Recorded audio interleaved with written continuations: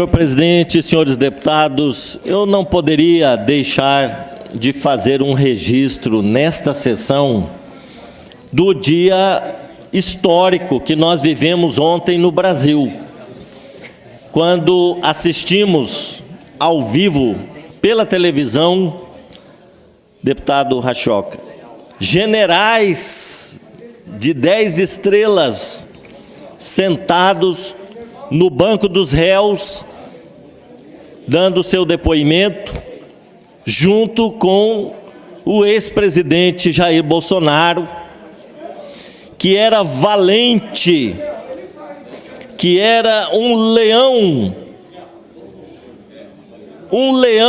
chamando em praça pública o ministro Alexandre de Moraes de canalha. E ontem o leão virou um gatinho. E nós assistimos aquela cena em que o ex-presidente, negando tudo o que aconteceu, que nós vimos, que nós acompanhamos, que nós assistimos pela televisão, negando e jogando a culpa do que aconteceu no dia 8 de janeiro, jogando a culpa da quebradeira nos seus seguidores. Vejam só, eu parei de assistir os vídeos na internet que me mandavam, porque eu já estava começando a ter um sentimento de dó, de ver aquela figura de maneira lastimável, deprimente, fazendo piadinhas, inclusive, com o ministro Alexandre de Moraes, para tentar desviar o foco da sua culpa pela tentativa de um golpe de Estado aqui no Brasil. Mas eu queria, nesse momento, falar para todas as pessoas que vestiram a camisa da seleção brasileira e que foram para frente dos quartéis pelo Brasil afora, que armaram barracas e ficavam pedindo intervenção militar constitucional, que não existe, que estavam contrários ao resultado das eleições, que consagrou a vitória do presidente Lula, e que queriam a ruptura do Estado de Direito e a permanência daquele que perdeu as eleições, o Jair Bolsonaro. Eu queria falar para todos vocês que vestiram a camisa verde e amarela e foram para as ruas protestar, seguindo o líder Bolsonaro. Ontem, o Bolsonaro chamou vocês de malucos. Aquilo lá foi uma coisa daqueles malucos. Vocês foram chamados de malucos. Ontem eu li na internet uma senhora aqui dizendo: meu marido tirou férias do trabalho para ficar acampado na frente de um quartel, e agora o Bolsonaro chamou ele de maluco. Vejam vocês, o Bolsonaro, além de ser um covarde, aliás, a cúpula do bolsonarismo é de covardes. O filho, o Eduardo Bananinha, já fugiu para os Estados Unidos. Fugiu, saiu correndo. A Carla Zambelli, não é?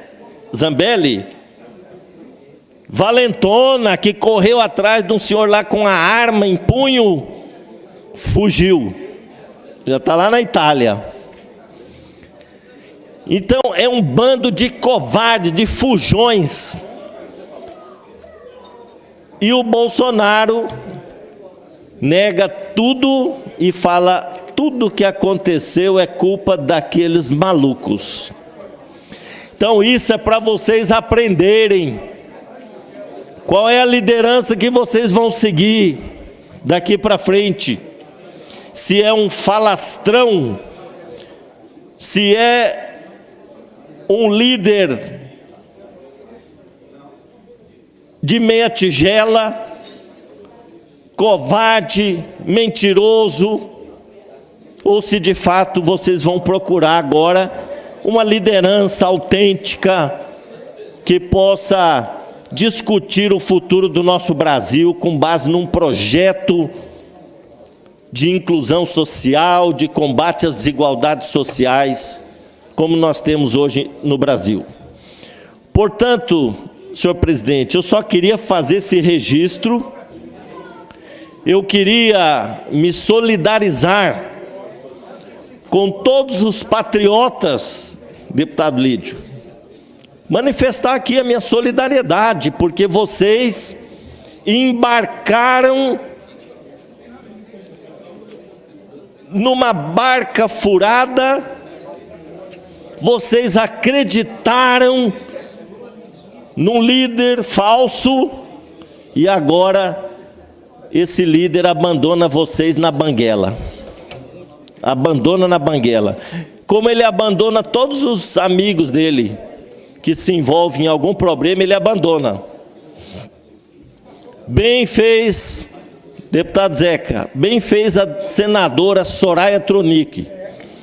Foi eleita na onda do bolsonarismo, mas depois, quando ela viu que o barco ia, estava furado e que ia afundar, ela falou: não, meu lugar não é aqui. E hoje quero aqui registrar a senadora Soraya Tronic, posicionamento respeitável, defendendo o projeto do governo Lula, porque ela sabe que esse governo é sério, está combatendo as desigualdades sociais, está colocando a economia no rumo certo, Brasil, inclusive, crescendo, PIB crescendo, a inflação está caindo, Zeca, a inflação dos alimentos caindo. Já ontem um assessor meu falou que foi ao supermercado, já encontrou o pacote de arroz a R$ 16,50.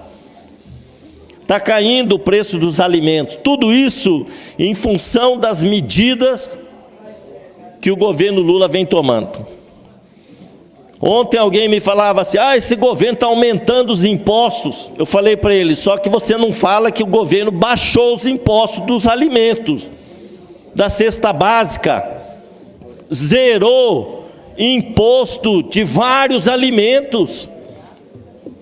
Então, é preciso a gente lembrar as pessoas das ações que esse governo vem fazendo para melhorar a vida das pessoas.